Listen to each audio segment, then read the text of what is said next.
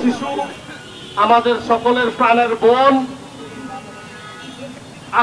আসিয়া আক্তারের উপর পাশবিক অত্যাচার এবং এরই পাশাপাশি গত কয়েকদিনে সারা বাংলাদেশে যেভাবে মহামারী আকার ধারণ করেছে ধর্ষণ, এই ধর্ষণের সুষ্ঠু বিচার এবং দর্শকদের ফাঁসির দাবিতে আমাদের আজকের এই মানববন্ধনে প্রধান অতিথি হিসেবে উপস্থিত থাকবেন। উনি অলরেডি রাস্তায় আছেন।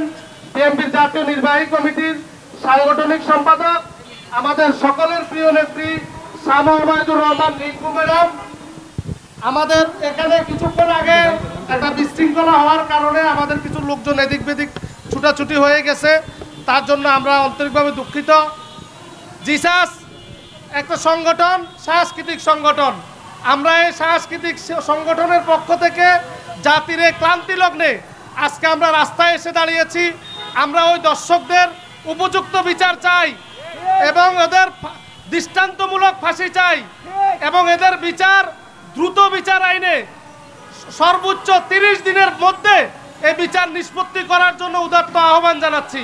কেননা দর্শনের বিচার যদি লেন্দি প্রসেস হয় তাহলে দর্শকরা ফায়দা নিতে সুযোগ পায়। কোনো রকম ফায়দা না দিয়ে 30 দিনের মধ্যে এই মামলা শেষ করে তাদেরকে ফাঁসি দেওয়ার জন্য আমি উদাত্ত আহ্বান জানাচ্ছি। ফাঁসি দেওয়ার এরপর আমি আহ্বান জানাচ্ছি।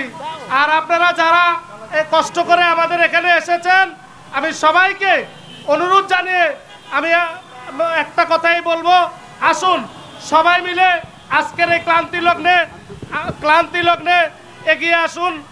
আমাদের যার যার অবস্থান থেকে যদি আমরা নিজেরা এগিয়ে আসি, আজকে আমি আসলাম, কালকে আপনি আসবেন, এভাবে এগিয়ে আসলে আমাদের মা বোনরা নিরাপত্তা পাবে, আমাদের মা বোনরা শান্তিতে থাকতে পারবে, তারা আর দর্শনের কলঙ্ক নিয়ে তাদেরকে আর বাঁচতে হবে না। আসুন সবাই মিলে এই হত্যার, এই দর্শনের মুখে ভয় দেখিয়ে যারা বসে থাকবেন। আরেকটা 5ই আগস্ট আমরা চাই না।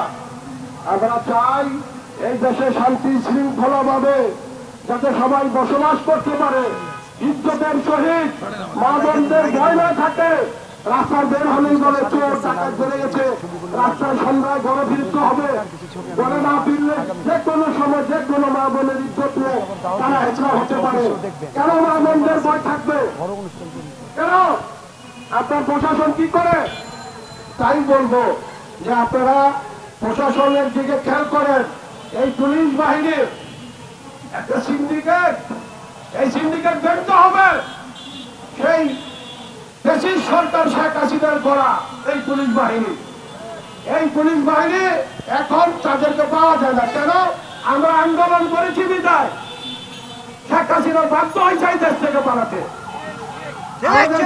সমাজ, বহু যুব সমাজ এই দেশের জন্য আন্দোলন করতে গিয়ে তাদের জীবন উৎসর্গ করেছে।